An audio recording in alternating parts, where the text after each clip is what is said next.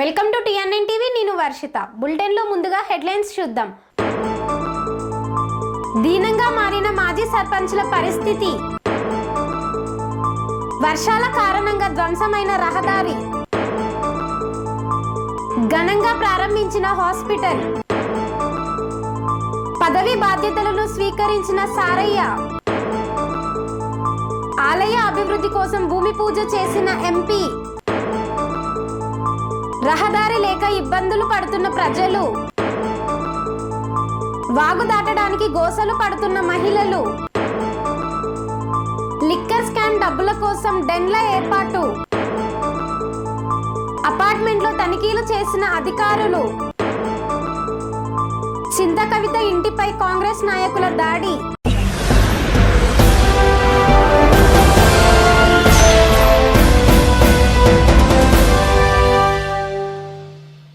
ప్రభుత్వం నుండి బిల్లులు వస్తాయనే నమ్మకంతో అప్పులు చేసి గ్రామాలలో అభివృద్ధి పనులు చేపట్టిన తాజా మాజీ సర్పంచుల పరిస్థితి పలు చోట్ల దీనంగా మారింది. బిల్లులు రాక సొంత ఆస్తులు అమ్ముకొని రోడ్డు మీద పడ్డ పరిస్థితులు సర్పంచులకు నెలకొన్నాయి.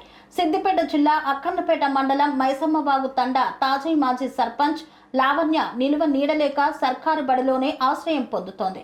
2019లో బీఆర్ఎస్ నుండి సర్పంచ్గా ఎన్నికైన లావణ్య బిల్లులు తర్వాత వస్తాయనే నమ్మకంతో అప్పులు చేసి మరీ గ్రామంలో అభివృద్ధి పనులు చేపట్టారు. తీరా బిల్లులు రాక అప్పుల భారం పెరగడంతో ఉన్న 2 ఎకరాల భూమిని విక్రయించి కొన్ని అప్పులు తీర్చారు. అయినా మరికొన్ని అప్పులు తీరకపోగా ఇంతలోనే నివాసం ఉంటున్న సొంత ఇల్లు కూడా కూలిపోయింది. దీంతో లావణ్య కుటుంబం సమీపంలోని కుందనవానపల్లి గ్రామంలో ఓ చిన్న ఇల్లు అద్దెకు తీసుకున్నారు. కానీ విద్యుత్ ఘాతకంతో ఆ ఇంటి యజమాని తల్లి మరణించగా లావణ్య కుటుంబం ఆ ఇల్లు ఖాళీ చేయాల్సి వచ్చింది. అయితే గ్రామంలో మరొక ఇల్లు లభించకపోవడంతో లావణ్య కుటుంబం మైసమ్మవాగు తండాలో మూతపడిన ప్రభుత్వ ప్రాథమిక పాఠశాలకు చేరింది. ఇందిరమ్మ ఇల్లు మంజూరు కోసం స్థానిక ఎంపీడీఓకు దరఖాస్తు చేసుకున్నామని మాజీ సర్పంచ్ లావణ్య తెలిపారు. అయినా మాకు ఇందిరమ్మ ఇల్లు రాలేదని వెళ్లి కాంగ్రెస్ పార్టీ నాయకులను కలిస్తేనే ఇల్లు వస్తుందని ఎంపీడీఓ అంటున్నారని వాపోయారు. 5 ఏళ్లు గ్రామానికి నిస్వార్థంగా సేవ చేసిన మాకు ఇందిరమ్మ ఇల్లు మంజూరు చేయడం లేదని ఆవేదన వ్యక్తం చేశారు. గ్రామ పంచాయతీ సందమైన లావణ్య మాజీ సర్పంచి. ఒక సిసి రోడ్లు కానీ, డంపింగ్ షెడ్ కానీ, పీడ ప్రకరణం కానీ, మార్కెట్ కానీ, ఈ కల్వాటు కానీ ఇవన్నీ చేయడం వల్ల అప్పుల పాలైనాం. 2 ఎకరాల భూమి అమ్మడం జరిగింది. అయినా కూడా అప్పులు మిత్తిలకు కూడా సరిపోలేదు. ఇంకా అసలు అట్లే ఉండిపోయినాయి. ఇంకా 10 లక్షలు బిల్లులు రావాలి.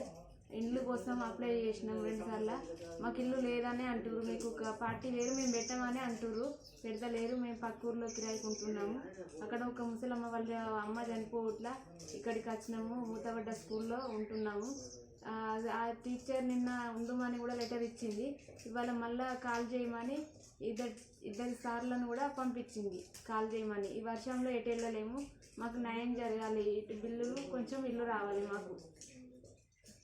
అక్కనపేట మండలం మైసమ్మ తండా సర్పంచ్గా మా భార్య ఎన్నికడం జరిగింది.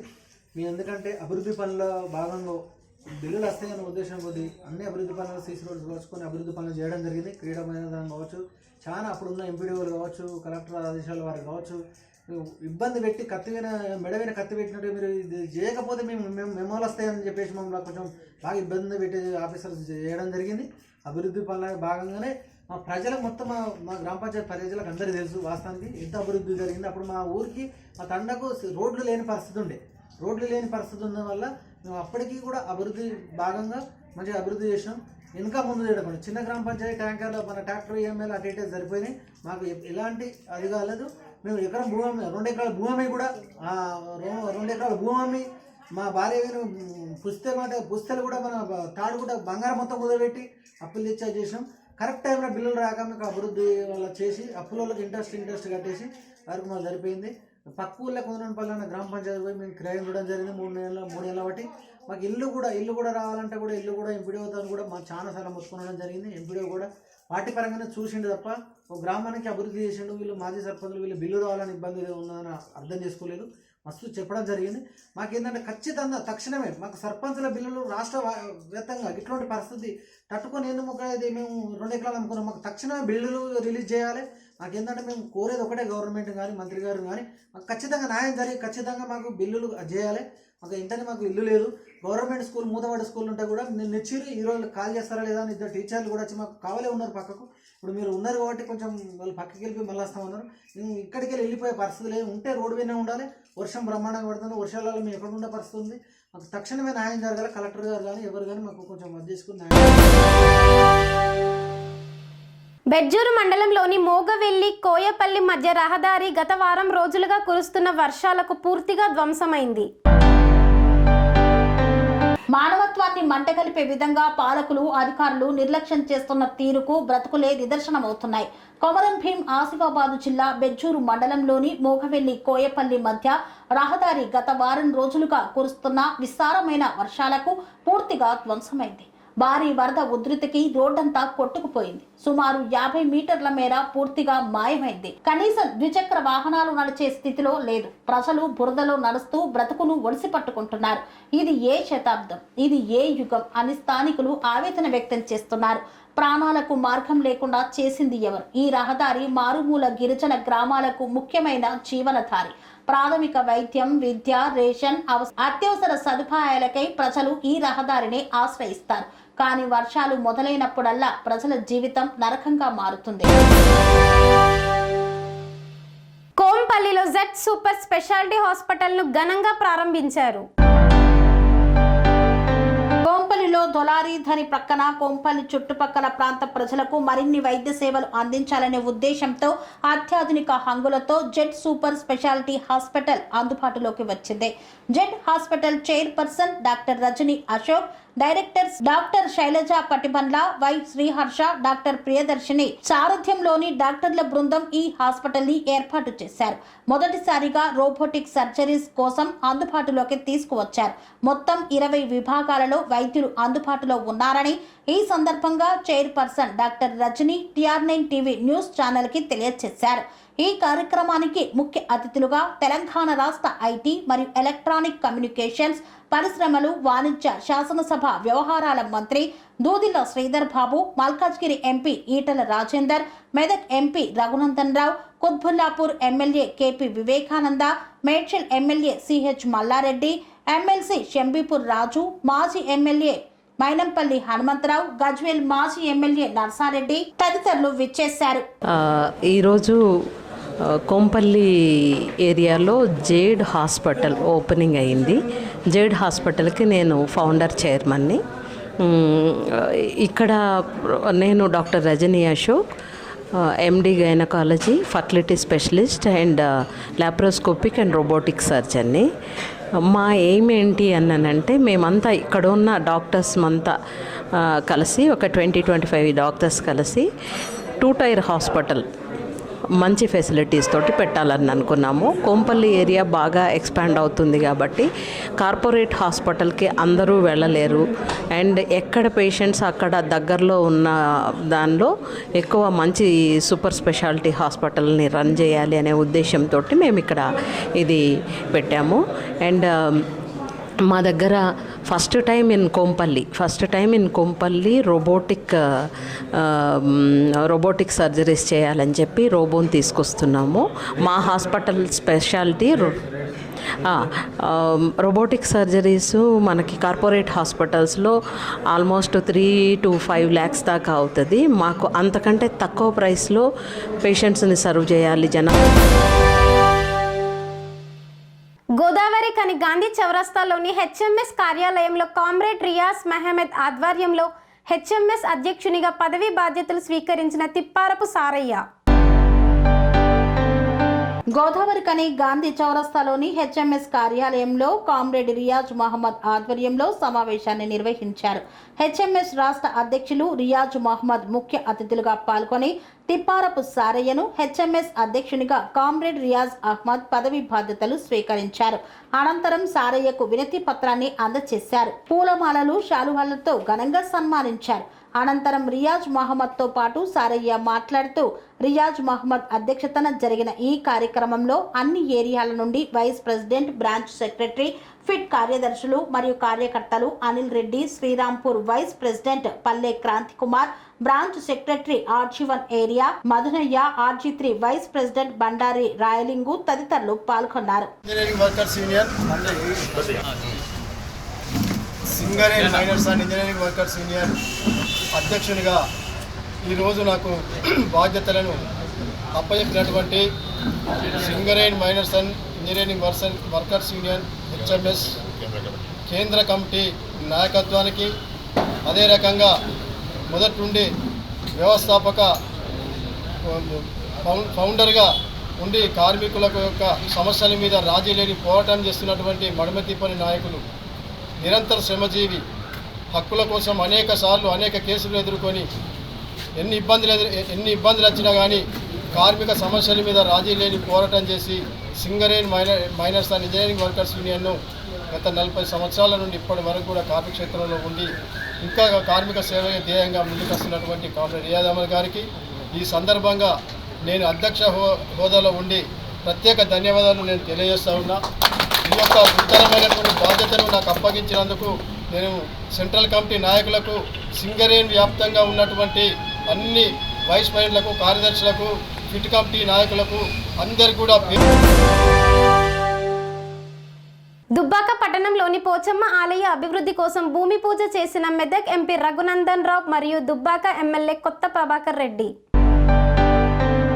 సిద్దిపేట జిల్లా దుబ్బాక పట్టణంలో పోచమ్మ ఆలయ అభివృద్ధి కోసం భూమి పూజ చేశారు MP Raghunandan Rao, MLA Kotha Prabhakar Reddy, SC/ST commission chairman Bhakki Venkataiah.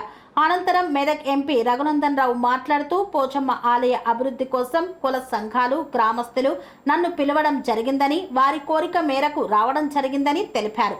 గ్రామస్తులు గుడి నిర్మాణం కోసం చందాలు వేసుకుంటున్నారని తెలిసిందని, ఆ చందాలు పోను మిగతా డబ్బులు నేను ఎమ్మెల్యే, SC/ST కమిషన్ చైర్మన్ ముగ్గురం కలిపి చేయిస్తామని, గుడి నిర్మాణంలో భాగస్వామ్యం అవుతామని హామీ ఇచ్చారు. అనంతరం ఎమ్మెల్యే మాట్లాడుతూ గతంలో మెదక్ ఎంపీగా ప్రాతినిధ్యం వహించినప్పుడు గుడి నిర్మాణంలో భాగంగా షెడ్డు కొరకు 5 లక్షల రూపాయల నిధులు మంజూరు చేసి మళ్లీ ఈ పునర్నిర్మాణంలో కూడా అమ్మవారి దయతో దుబ్బాక శాసనసభ్యులుగా ఖచ్చితంగా ఆలయ నిర్మాణంలో ఎటువంటి రాజకీయాలు లేకుండా దుబ్బాక ప్రాంతానికి ఒక తలమానికంగా ఎలాగైతే దుబ్బాక వెంకటేశ్వర స్వామి ఆలయంలో ఆనాడు మొట్టమొదటిసారిగా నిధులు మంజూరు చేసిన విషయాన్ని కూడా తాను గుర్తు చేశారు. ఆ రోజు తాను దుబ్బాక ఎమ్మెల్యే కానీ ఎంపీగా కానీ అవుతానని ఏనాడు కూడా అనుకోలేదని, కానీ ఈ ప్రాంత ప్రజల ఆశీస్సులతో 2 సార్లు ఎంపీగా మళ్ళీ ఈసారి ఎమ్మెల్యేగా గెలిచాను కాబట్టి ఖచ్చితంగా రాబోయే రోజుల్లో దుబ్బాక నియోజకవర్గ అభివృద్ధి కోసం, దుబ్బాక రెవెన్యూ డివిజన్ కోసం, అవసరమైతే దుబ్బాక అఖిలపక్షంతో కలిసి ముఖ్యమంత్రిని కలిసి ఈ దుబ్బాక రెవెన్యూ సాధించేందుకు సాయశక్తుల ప్రయత్నిస్తానని దుబ్బాక నియోజకవర్గ ఎమ్మెల్యే కొత్త ప్రభాకర్ రెడ్డి తెలిపారు. సంవత్సరంకు 5 కోట్లు, 4 కోట్లు, 3 కోట్లు వచ్చేది. ఈ సంవత్సరం ఒక నయా పైసా కూడా ఎమ్మెల్యేలకు నిధులు కూడా మరి ప్రభుత్వం కేటాయించలేదు. మరి ఇప్పుడు అత్యధికంగా గతంలో నేను ఎంపీగా ఉన్నప్పుడు నాకు సంవత్సరంకు ఒక 5 కోట్లు వస్తుండే. 5 కోట్లు వచ్చినప్పుడు నేను సింహభాగం దుబ్బాకకి ఖర్చు పెడుతుంటే, మరి రాజకీయ పరంగానే కానీ వేరే విధంగానే ఏదేమైనా కానీ నేను దుబ్బాక మీద చాలా కాన్సన్ట్రేట్ చేసి అప్పుడు చాలా నిధులు కూడా కుల సంఘాలకు, ఆలయాలకు కూడా ఇవ్వడం జరిగింది. పరిస్థితి ఉన్నది. ఒక్క రూపాయి కూడా ఇప్పటి వరకు ప్రభుత్వం నుంచి నిధులు రాలేదు. ఏ ఒక్క రోజు వచ్చి దుబ్బాకల కొబ్బరికాయ కొట్టింది లేదు, ఒక పలక పెట్టింది. మరి గతంలో ఈ విధంగా లేకుండే వాస్తవంగా కూడా. మరి ఎమ్మెల్యే నిధులు ఎమ్మెల్యేకి వస్తుండేనో, ఏదన్నా ఓ లీటర్ పెడితే ఫండ్స్ వస్తుండే, ఓ రోడ్ అవుతుండే, ఓ మోడ్ అవుతుండే, మున్సిపాలిటీకి వస్తుండే. మరి గతంలో ఎలక్షన్ ముందు 20 కోట్ల రూపాయలు మున్సిపాలిటీ శాంక్షన్ అయిన నిధులు కూడా మరి అది కూడా క్యాన్సిల్ అయిపోయింది. గతంలో శాంక్షన్ చేపించిన దుబ్బాక అభివృద్ధిలో కూడా చాలా మోరీలు, రోడ్లు కూడా అవన్నిటి కూడా ప్రపోజల్స్ ఇచ్చినాయి కూడా మరి ఎలక్షన్ ముందు వచ్చినాయి కూడా. కనీసం వాటిని కంటిన్యూషన్ చేసినా కానీ కొద్దిగా దుబ్బాక పట్టణం బాగుపడుతుండే. ఆ నిధులు కూడా రాలేదు. ఈరోజు అవి కూడా క్యాన్సిల్ చేసింది గవర్నమెంట్ వచ్చిన తర్వాత. ఒక నయా పైసా ఇప్పటి వరకు 2 సంవత్సరాల దగ్గరికి వస్తుంది. మరి ఒక మున్సిపాలిటీ కానీ, అర్బన్లో కానీ, రూరల్లో కానీ ఎక్కడ కూడా ఒక నయా పైసా ఏ డిపార్ట్మెంట్ కూడా మరి రిలీజ్ కావట్లేదు. మనకే కాదు, రాష్ట్రంలో ఏ నియోజకవర్గాన్ని కూడా మరి నిధులు లేక మరి కాంగ్రెస్ వాళ్ళు కూడా ఆగమగం అవుతున్నారు. మరి ఇది కూడా పరిస్థితి ఆ విధంగా ఉన్నది. మరి ఈరోజు నిజంగా కూడా ప్రభుత్వం మళ్ళీ వచ్చి ఉంటే మరి బ్రహ్మాండంగా అన్ని చేసేది. మరి రాకుండా కానీ ఖచ్చితంగా అందరం కలిసి పనులు చేసుకుందాం. గ్రామస్తులు ఇంటింటి కొంత సేకరిస్తామని చెప్పినారు. ఆ సేకరణ కార్యక్రమం పూర్తయిన తర్వాత ఇంకెంత బ్యాలెన్స్ అవసరం ఉంటుంది, మీరు చెప్పిన 60 లక్షలకు అనేది చెప్తే దాన్ని బట్టి ఎవరికి ఎంత సాయం చేయగలిగేటువంటి శక్తి ఆ తల్లి ఇస్తే ఆమె ఇచ్చి ఆమెకి తిరిగి ఇవ్వడం కాబట్టి పెద్దగా బాధపడాల్సింది ఏమి ఉండదు.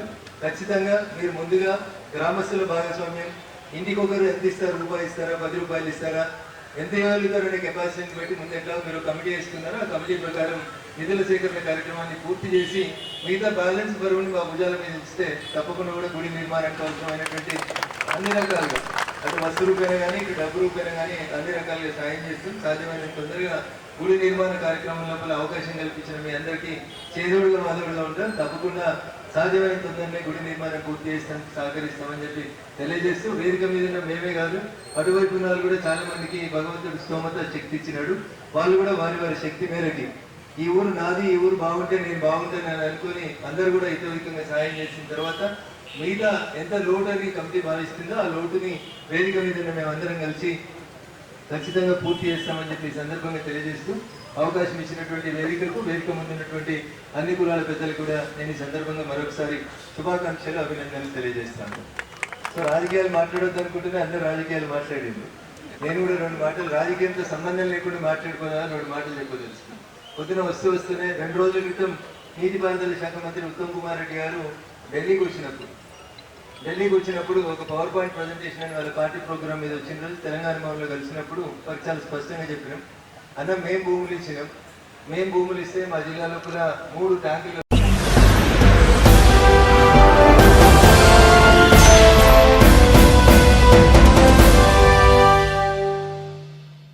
వార్తల్లో చిన్న విరామం. పనేసియా మెరిడియన్ హాస్పిటల్స్ ప్రతి సామాన్యుడికి అందుబాటులో అంతర్జాతీయ వైద్య ప్రమాణాలతో వైద్యం, 24 గంటల అంబులెన్స్ సర్వీసుతో పాటు అత్యవసర సేవలతో ఏర్పాటైన చికిత్సా విభాగం. మా దగ్గర గుండె సంబంధిత, మూత్రపిండ, కాలేయ, కంటి జబ్బులకు, మోకాళ్ల శస్త్ర చికిత్సతో పాటు కోవిడ్-19, బ్లాక్ ఫంగస్ వంటి వైరస్లకు, అన్ని రకాల ఆరోగ్య సమస్యలకు నమ్మకమైన అత్యాధునిక వైద్య చికిత్సను అందిస్తున్న హాస్పిటల్ పనేసియా మెరిడియన్ హాస్పిటల్స్. మీ ఆరోగ్య సమస్య ఏదైనా ఇప్పుడు పరిష్కారం సాధ్యం. సంపూర్ణ ఆరోగ్యం కోసం సంప్రదించండి Panacea Meridian hospitals, opposite Beeramguda Kaman, RC Puram, Sangareddy district, pin code 502032. సంప్రదించాల్సిన ఫోన్ నెంబర్ 0845524177 మరియు 7893757770.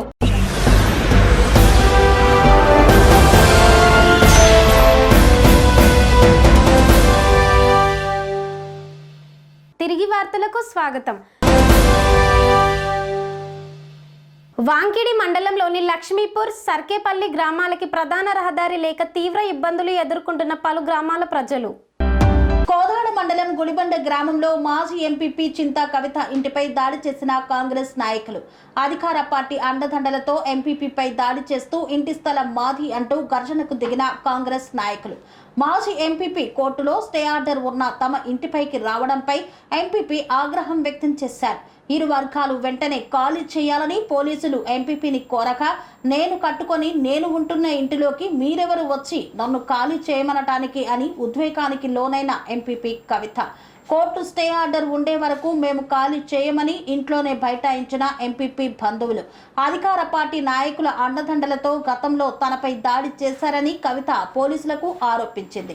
మరలా ఎప్పుడు అధికార పార్టీని అడ్డం పెట్టుకొని కొంతమంది ఉద్దేశపూర్వకంగా నా ఇంటి మీదికి దాడికి ప్రేరేపిస్తున్నారని, అలాంటి వారిని ఉపేక్షించే పని లేదని పేర్కొంది. అధికార పార్టీ నాయకులకు కొమ్ము కాస్తున్న పోలీసులను తీవ్రంగా ఖండించారు. మా మామగారు చింతా చంద్రారెడ్డి ఎప్పుడూ కొన్న ఆస్తిపై ఇప్పుడు రావడం ఏమిటి అని ప్రశ్నించారు. అనంతరం ఆమె కట్టుకున్న ఇంటి పత్రాలను, పర్మిషన్ లెటర్ను మీడియాకు చూపించారు. ఈరోజు గుడిబండలో జరిగిన దాడి మాది అని చెప్పి మా భూమి మీదకి వచ్చి పోలీసుల అండదండలతో ఈరోజు గుడిబండలో ఏం జరిగిందో మీడియా సోదరులందరికీ కూడా తెలుసు. మీడియా ద్వారా నేను అన్ని కూడా నిజాల్ని మీరు ప్రజలకి, న్యాయ వ్యవస్థకి తెలియజేయాలి కాబట్టి నేను మీ అందరికి కూడా నా దగ్గర ఏం ఆధారాలు ఉన్నాయో అవన్నీ చూపించడానికి మీకు చూపిస్తున్నా. మా మామగారు 1971లో కందరపోయిన వీరమ్మ అని చెప్పేసి 3 ఎకరాలు 2 కుంటల భూమి కందరబోయిన వీరమ్మ దగ్గర కొనడం జరిగింది. దానికి 1971 రికార్డు అది. ఆ దగ్గర నుంచి మళ్ళీ అదే చంద్రారెడ్డి గారి కొడుకులు రిజిస్ట్రేషన్ డాక్యుమెంట్తో వేరే వ్యక్తులకు అమ్మడం జరిగింది. మళ్ళీ రిజిస్ట్రేషన్ డాక్యుమెంట్తో మా పేరు మీద మేము ఉండి గ్రామ పంచాయతీ పర్మిషన్తో ఇల్లులు కట్టుకొని అక్కడ కనీసం 3 సంవత్సరాల నుంచి నివాసం ఉంటుంటే గతంలో కూడా ఇదే దాడి జరిగినప్పుడు మేము హైకోర్టుకి వెళ్ళినప్పుడు మాకు 145 ఆర్డర్స్ కొట్టేసి ఎవరైతే భూమి మీద ఉన్నారో వాళ్ళని అని చెప్పేసి 145 ఆర్డర్స్ని పర్మనెంట్గా కొట్టేయడం జరిగింది. మమ్మల్ని ఉండమని హైకోర్టు ఆర్డర్స్లో ఉండగా మేము ఎస్పీ గారికి ముందస్తు జాగ్రత్తలో కంప్లైంట్ ఇచ్చి మా మీద ఇప్పటికి 2 సార్లు దాడి జరిగింది. 3వ సారి కూడా మమ్మల్ని బెదిరిస్తున్నారు. మాకు 71 నుంచి మాకు రికార్డు పరంగా మేము ఉన్నాము, అది అందరికీ తెలిసిన విషయమే అని చెప్పేసి మేము ఎస్పీ గారికి కంప్లైంట్ చేసి మాకు సహకరించండి అన్న తరుణంలో ఈరోజు మా ఇంటి గేట్లు పగలగొట్టి మా పైన దాడి చేసి మా వస్తువుల్ని మా నగల్ని మొత్తం 20 లక్షల రూపాయల ఆస్తిని ధ్వంసం చేసిన తర్వాత పోలీసు వారు వచ్చి ఇది సివిల్ మ్యాటర్ మేము ఇన్వాల్వ్ కాము అని చెప్పి మాకు లెటర్ పూర్వకంగా రాసి ఇచ్చి ఈరోజు అదే పోలీసు వారు అధికారం చూపించుకొని అన్నదండలతోని ప్రభుత్వంలో ఉన్నాము అన్న దాంతోని పూర్తిగా అక్రమంగా మాకున్న ఆర్డర్స్ మాకున్న రైట్ ప్రకారం ఉన్న ఇంట్లో హైకోర్టులో జరుగుతున్న ఇంటిని పూర్తిగా పోలీసులు సహకరించి మమ్మల్ని ఖాళీ చేయించడం జరిగింది. కాబట్టి మేమందరం కూడా న్యాయ పోరాటం చేయడానికి నా అత్తమ్మని నా మామని మా అందరినీ అన్ని రకాలుగా ఇబ్బంది పెడుతున్న ప్రభుత్వాన్ని కాంగ్రెస్ అండదండలు ఉన్న నాయకుల్ని మీరందరూ కూడా గమనిస్తున్నారు.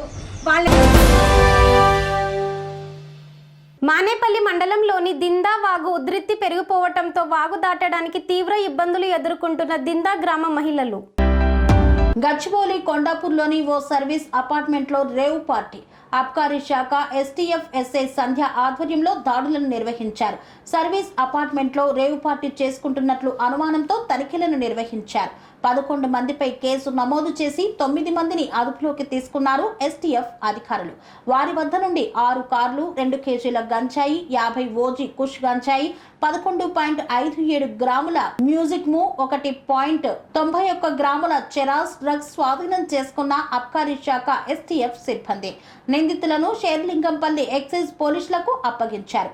కేసు నమోదు చేసుకొని దర్యాప్తు చేస్తున్న షేర్లింగంపల్లి ఎక్సైజ్ శాఖ అధికారులు.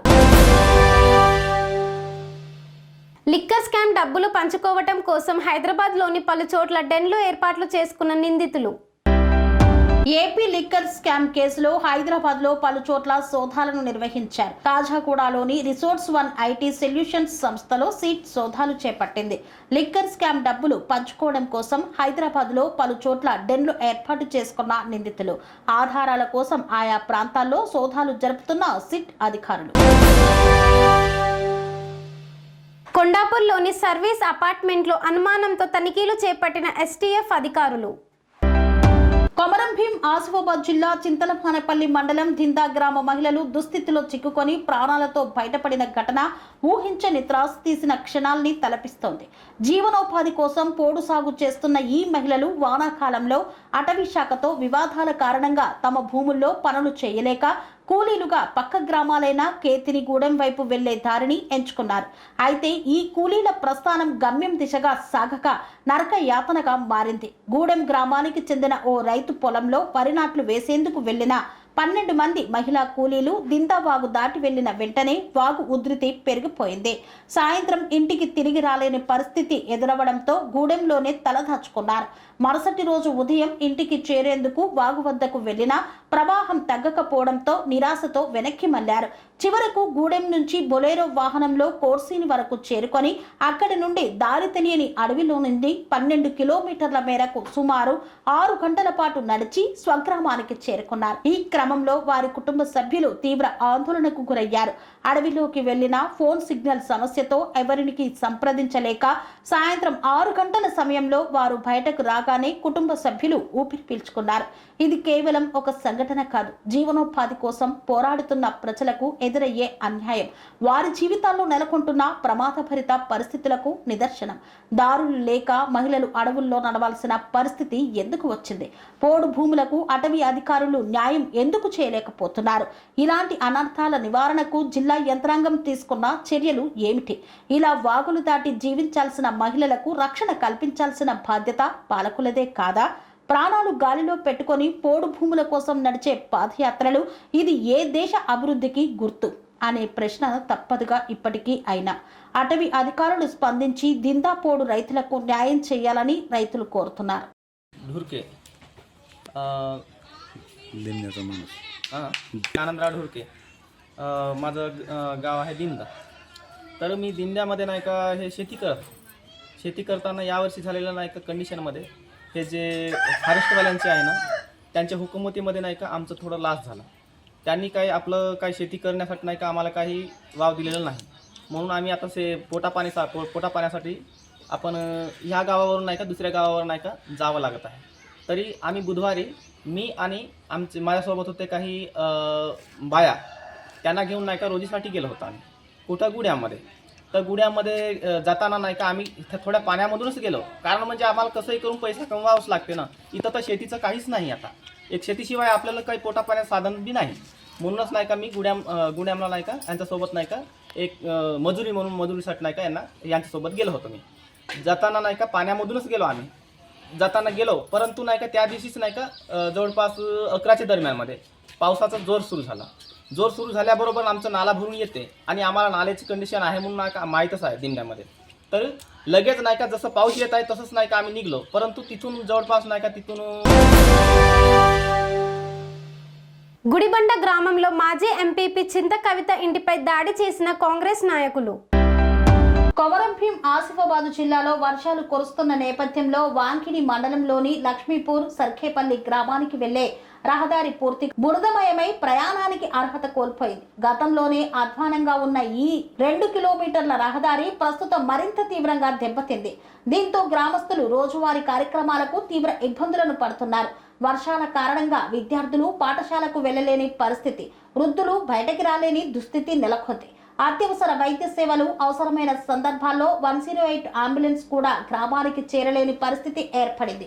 గర్భిణీలు, తీవ్ర అనారోగ్యంతో ఉన్నవారు సమయానికి ఆసుపత్రులకు తీసుకువెళ్లలేని పరిస్థితులు నెలకొన్నాయి. ప్రభుత్వాలు మారుతున్నాయి, నాయకులు మారుతున్నారు, కానీ మా గ్రామ పరిస్థితి మాత్రం ఏమాత్రం మారడం లేదని గ్రామస్తులు ఆవేదన వ్యక్తం చేస్తున్నారు. పలుమార్లు స్థానిక అధికారులకు, జిల్లా అధికారులకు, ప్రజాప్రతినిధులకు, పాలకులకు వినతి పత్రాలు సమర్పించినా ఎటువంటి స్పందన కనిపించలేదని వాపోతున్నారు.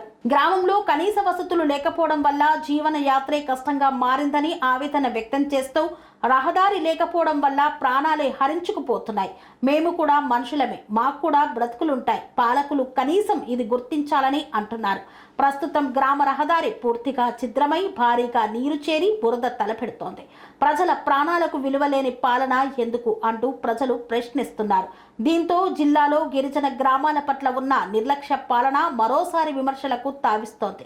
ఇప్పటికైనా ఈ రహదారి సమస్యపై అధికార యంత్రాంగం, ప్రజాప్రతినిధులు స్పందించి శాశ్వతంగా మెరుగైన రహదారి నిర్మాణం చేపట్టాలని లక్ష్మీపూర్ సర్కేపల్లి గ్రామస్తులు ప్రభుత్వాన్ని కోరుతున్నారు.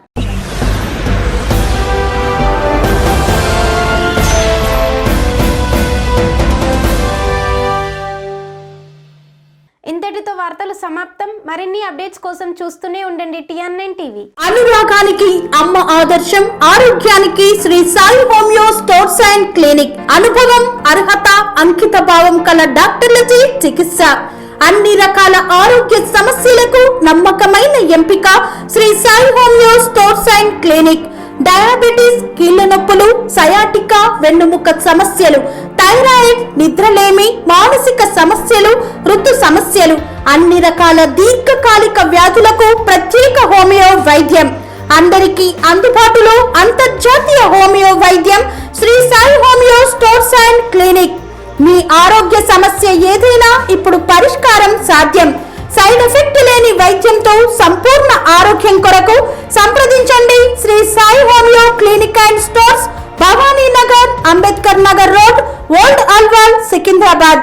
సంప్రదించాల్సిన ఫోన్ నంబర్స్ 9000751751 మరియు 9000422525.